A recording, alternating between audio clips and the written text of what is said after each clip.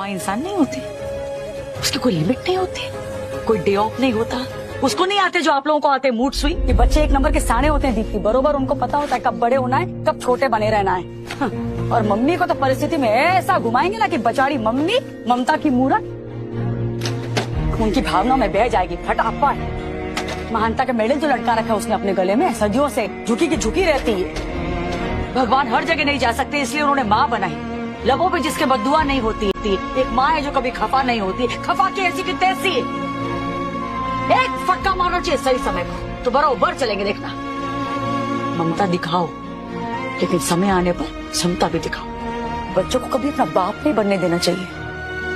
उनको पता होना चाहिए दीप्ति कि उनकी मांग तभी पूरी होगी जब वो जायज होगी। लाड और प्यार भी ना एक हद तक मुफ्त में मिलते हैं, उसके बाद उसे भी कमाना पड़ता है।